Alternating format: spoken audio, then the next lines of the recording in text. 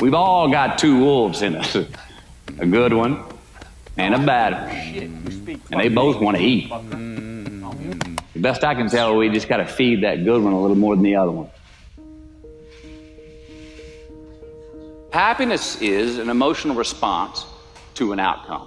If I win, I will be happy. If I don't, I won't. It's an if-then, cause and effect, quid pro quo standard that we cannot sustain because we immediately raise it every time we attain it. You see, happiness demands a certain outcome. It is result reliant. And I say, if happiness is what you're after, then you're going to be let down frequently, and you're going to be unhappy much of your time.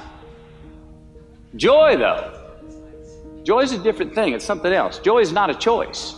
It's not a response to some result. It's a constant. Joy is the feeling that we have from doing what we are fashioned to do, no matter the outcome. Now, personally, as an actor, I started enjoying my work and literally being more happy when I stopped trying to make the daily labor a means to a certain end. For example, I need this film to be a box office success. I need my performance to be acknowledged. I need the respect of my peers. All those are reasonable aspirations, but the truth is, as soon as the work, the daily making of the movie, the doing of the deed became the reward in itself for me, I got more box office, more accolades and respect than I ever had before. See, joy is always in process. It's under construction. It is in constant approach, alive and well in the doing of what we're fashioned to do and enjoying it. Now, the easiest way to dissect success is through gratitude. Giving thanks for that which we do have, for what is working. Appreciating the simple things we sometimes take for granted. We give thanks for these things, and that gratitude reciprocates, creating more to be thankful for. It's really simple, and it works. Now, I'm not saying be in denial of your failures. No, we can learn from them too, but only if we look at them constructively, as a means to reveal what we are good at, what we can get better at, what we do succeed at. All right, life's a verb. We try our best, we don't always do our best. And since we are the architects of our own lives, let's study the habits, the practices, the routines that we have that lead to and feed our success, our joy, our honest pain, our laughter, our earned tears. Let's dissect that and give thanks for those things. And when we do that, guess what happens? We get better at them, and we have more to dissect. It's a get-rich-quick on the internet, richest 15 minutes of fame world that we live in, and we see it every day. But we all want to succeed, right? So the question that we got to ask ourselves is what success is to us, what success is to you. Is it more money? That's fine. I got nothing against money. Maybe it's a healthy family. Maybe it's a happy marriage. Maybe it's to help others, to be famous, to be spiritually sound, to leave the world a little bit better place than you found it. Continue to ask yourself that question. Now, your answer may change over time, and that's fine. But do yourself this favor.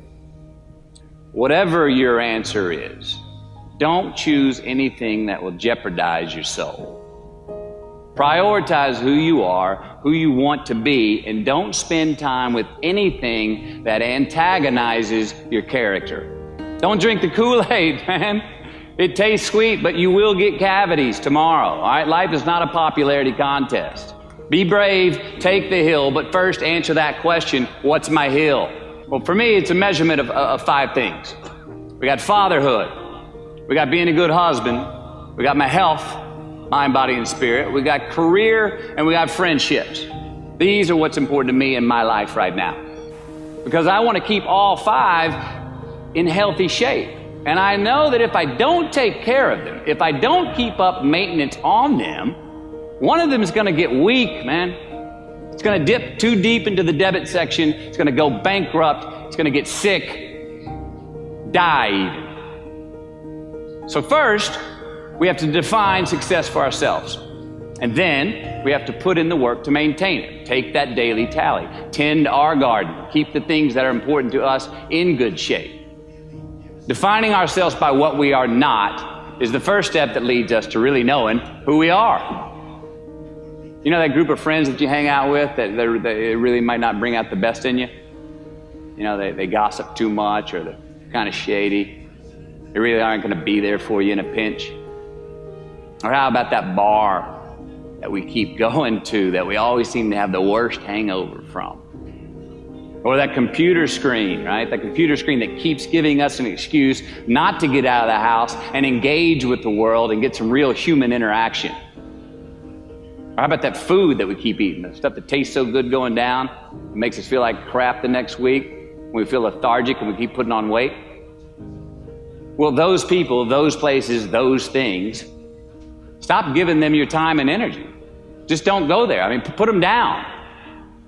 And when you do this, when you do put them down, when you quit going there, and you quit giving them your time, you inadvertently find yourself spending more time and in more places that are healthy for you, that bring you more joy. Why? Because you just eliminated the who's, the where's, the what's, and the when's that were keeping you from your identity. Like, trust me, too many options, I promise you this, too many options will make a tyrant of us all.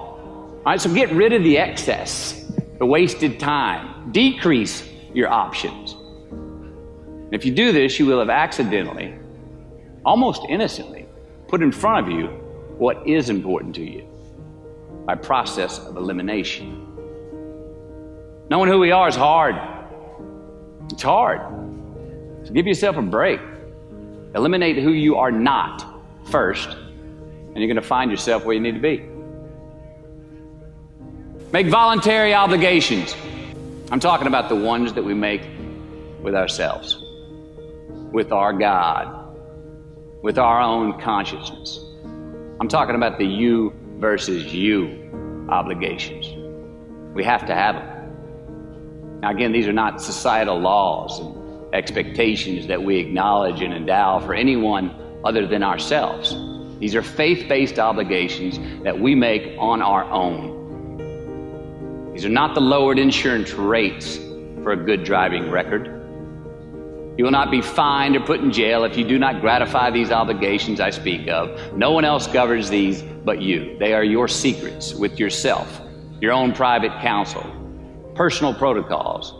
And while nobody throws you a party when you abide by them, no one's going to arrest you when you break them either, except yourself.